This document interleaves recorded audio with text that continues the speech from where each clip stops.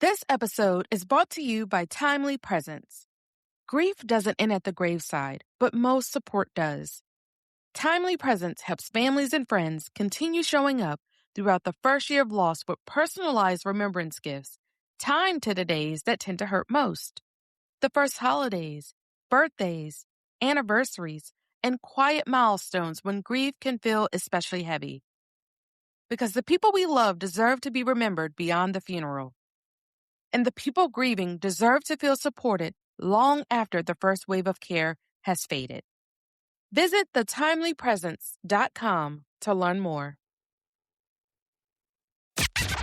Welcome back to the Highlight Your Healing podcast. I'm your host, Shannon Roan, and my guest today is Cherise, a licensed therapist, founder of Therapy with Cherise, and author of You've Been Holding It Together, a reminder for so many women who've been carrying more than they were ever meant to carry alone. Through her work, Cherise creates space for people to process what they've been through, especially in seasons where life has changed in ways they didn't expect. And today, we're talking about something that I know so many women experience, but don't always have the words for: grief as identity disruption. What it looks like when loss or life transitions change the way you see yourself. When the version of you that you once knew no longer feels familiar, and how you begin to rebuild without rushing yourself to have all the answers. So, Cherise, I just want to say thank you so much for being here and for the work that you're doing to help people navigate these kinds of seasons with more understanding and support. And just welcome to Highlight Your Healing. Thank you so much for having me. I'm really excited to be here. So before we get into today's conversation, I would just love for you to start by introducing yourself and telling us a little more about who you are, and then walking us through your perspective on this topic. Yes, so I'm Cherise Small. I am a licensed clinical social worker, and I support individuals in both California and Pennsylvania. So my practice is completely virtual, and a lot of the times I'm supporting women who are, dealing with identity shifts or changes, really huge life transitions. And I feel like, my opinion on this topic is that allowing yourself to have room to shift and change through every day, all of the different changes that we may experience. So I'm excited to kind of get deeper into the conversation so that we can really explore what it looks like within those identity shifts, whether it's grief or just huge life changes. So there's often an assumption that grief only follows death, but you work with women navigating all kinds of loss, right? Jobs, relationships, roles, versions of themselves. How do you help someone recognize that what they're actually experiencing is actually grief? Yeah. So a lot of the times what I do first is, provide the space, right? So we're kind of going through, what exactly are we feeling and experiencing? And then we usually get to the core of what I used to do or used to be or how things were, right? And then we kind of come to the realization of where we are now. So then that's when we kind of work through that.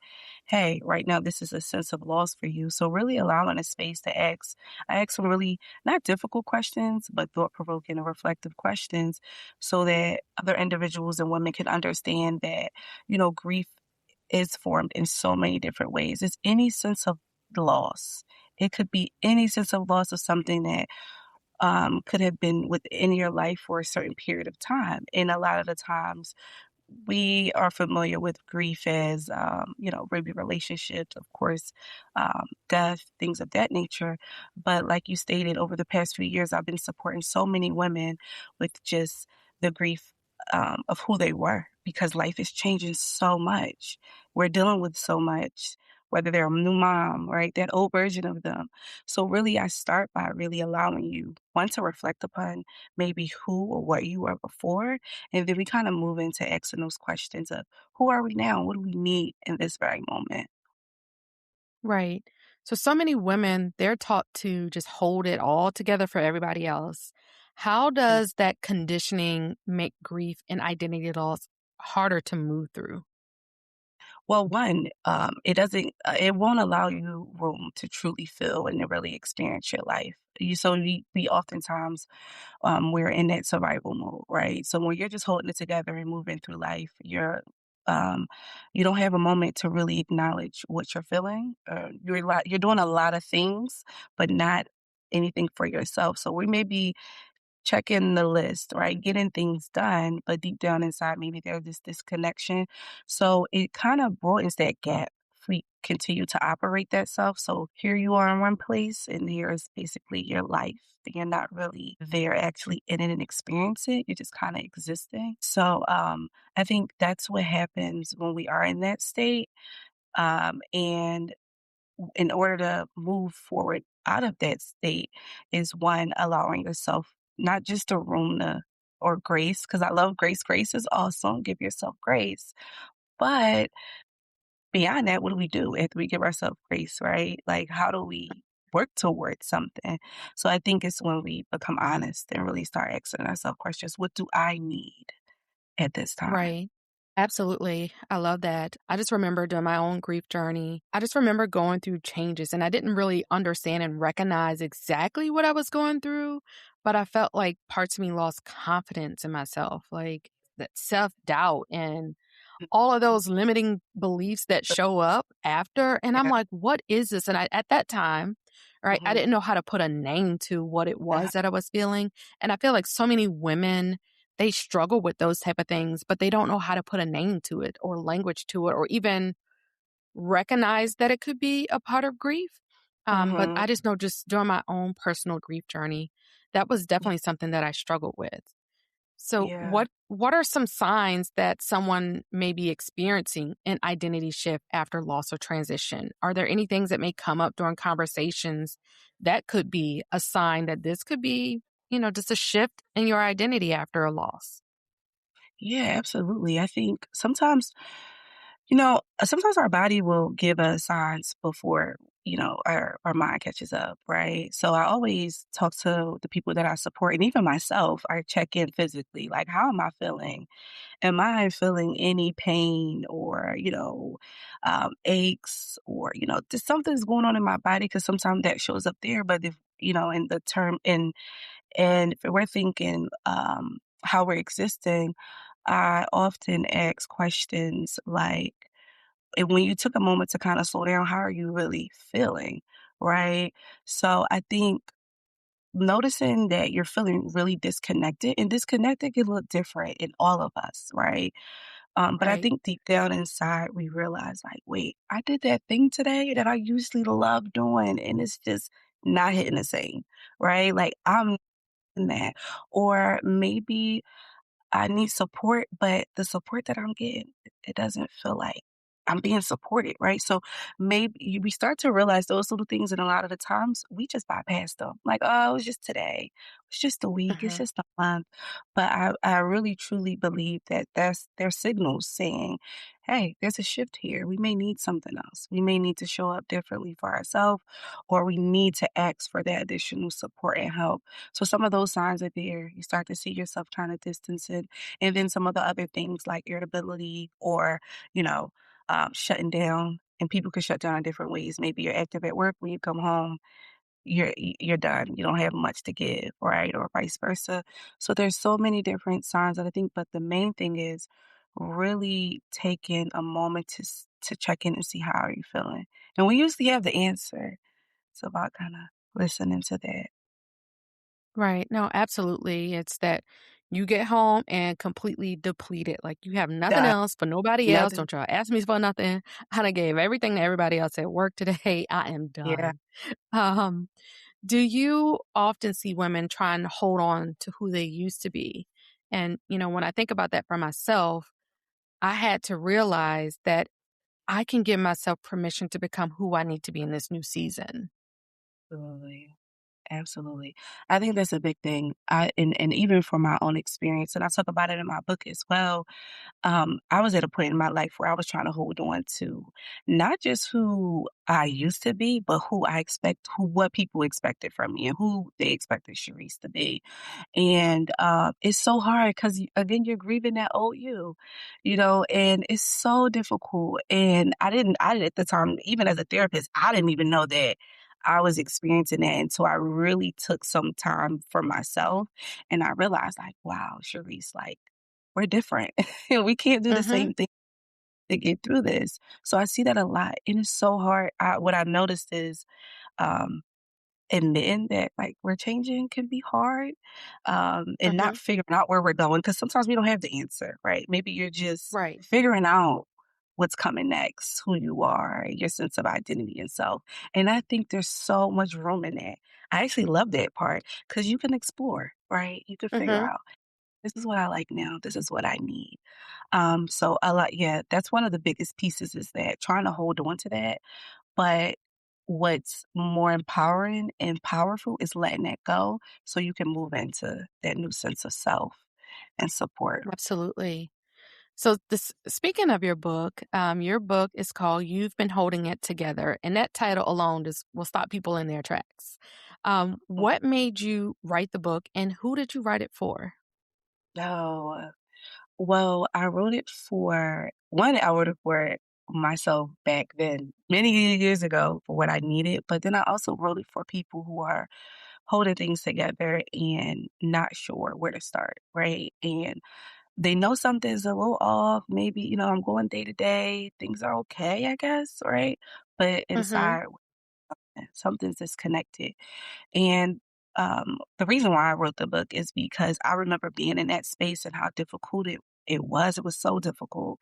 And I didn't know what to do with it. I was just going through the motions and going day to day, and people were congratulating me, like, you're doing great. And I'm like, y'all don't know what I'm feeling. I am just holding this together. I'm like having a smile on my face, but I'm waking up in the middle of the night, like, what's happening? So I think in that time period, that's why I wrote because of that time period is the reason why I wrote the book, and I wrote it for people who, have experienced that feeling and just need some relief and support Mhm. while in that space. I love that. Thank you. So Mhm. you talked a little bit about grace. So what role do you think, self-compassion and grace play in this whole process? It plays a huge process. When you give yourself grace, it's like giving yourself permission, right? Mhm. Give yourself permission to say, "Okay, this is what it was, and this is maybe what I need." And I don't have to, accelerate the process. I don't have to, I can just exist in the fact that this is where I'm at right now, right? And how do I move Mhm. forward? More slow and steady pace. I think that is a huge part, the grace and self-compassion, because sometimes we're really hard on ourselves, especially if we're the one holding it together. We're like, "We gotta get the things done." Right? Right. So, Right. yeah. So when we think about boundaries, right? How do boundaries play a role when your identity is shifting? Because we're holding it together for everybody. We're not Mhm. taking care of ourselves. And, I talk a lot about boundaries with, with my clients and those that I'm working with. How do you think boundaries play a role when your identity is shifting? Yeah. Well, I think, after transition and as you're changing, your capacity changes, right? And when your Mhm. capacity changes, sometimes people and things expect for you to be that same version of yourself. And we know, right? We already feel it and know that we're in transition, we're changing, things are happening. So those old boundaries may not stick, they may not work anymore. So that's where we may have to kind of come in and say, Mhm. hey, there's a shift here. And usually a lot of the times our boundaries do shift as we're shifting. And being to honest with those people and places and things where those boundaries need to come into play is really important because it then supports your transition, right? Versus going against it. So boundaries play a huge role. Right. Absolutely, it does. So when we think about, as you're working with your clients, maybe what are some things you guide your clients to do when they're trying to reconnect with themselves? Yeah. So I'm really big on one of the things that I talk about within a book too is a pause, like the intentional pause moments. And I created like a pause menu for my clients. And it's all of these cool things. You can take like an appetizer, a main dish, a dessert, just you know, smaller moments for pause because I know a lot of the times when we are within these shifts or changes, there's not a lot of room to really take a moment and I'm talking about a room like silence to listen to ourselves.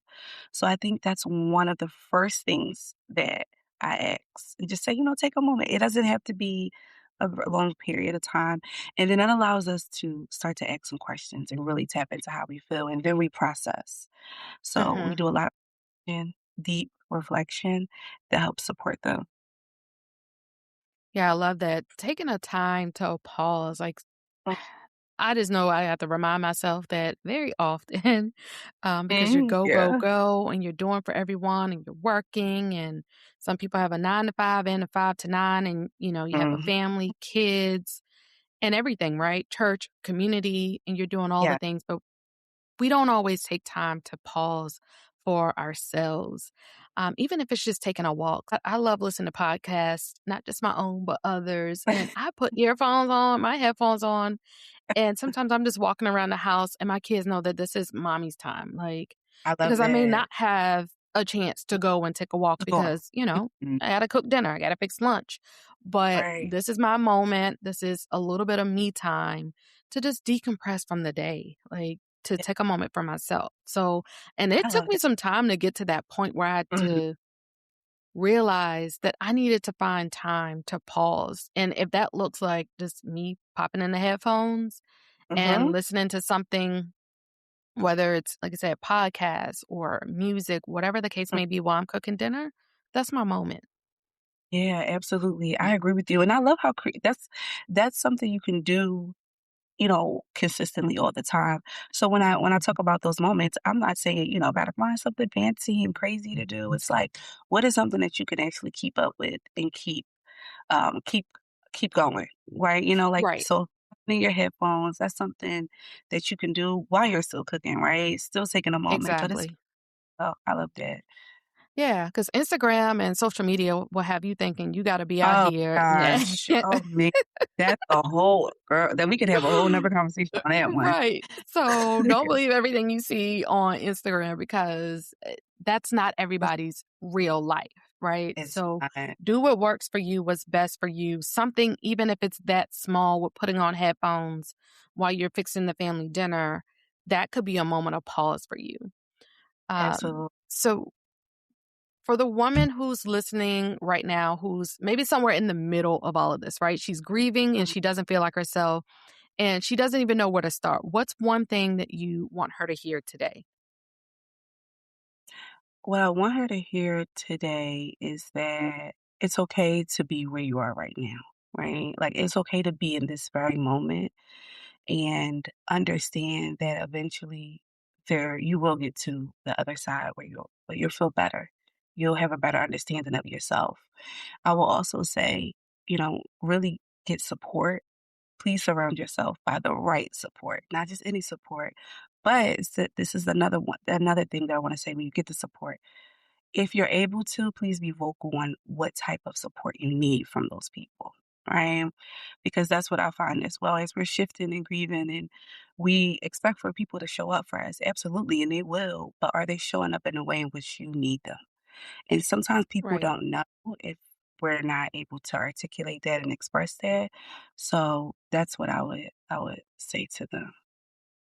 Yeah, that's so true is having the right people surround you and letting people know what you need. Most people ask, "Hey, let me know if you need anything. How can I help?" Mhm. But they don't know how, and sometimes you have to help them help you. And Absolutely.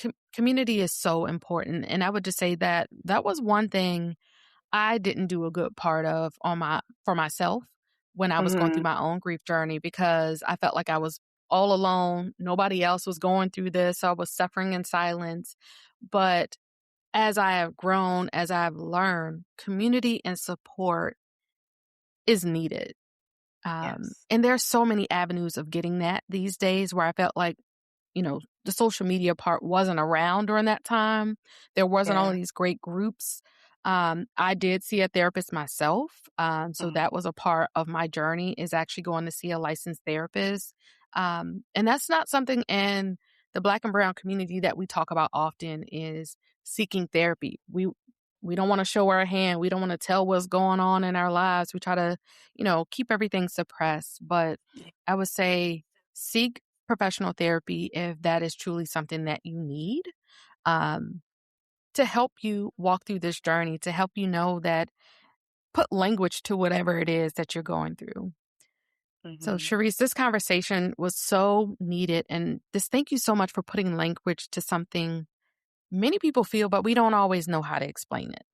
Mhm. Absolutely. Thank you for having me. Yeah. So, before we close, can you just share with our listeners where they can connect with you and learn more about the great work you're doing? Yes, so I am on Instagram at Therapy with Cherise. You can also check out my website, which is Release to Heal, which is up with the number two. And that's where you can find where you can pre-order my book. Pre-orders just opened, and also where you can get a ton of mental health resources as well. And if you want to connect with Cherise, all of her information will be in the show notes. And if this episode resonated with you, do me a favor, share it. Send it to a friend, a family member, somebody in your circle who needs to hear that healing and purpose are still possible for them.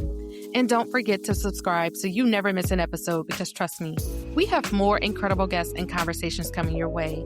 And if you haven't already, like and leave us a review. It helps more women find this show and join this community. And until next time, keep highlighting your healing.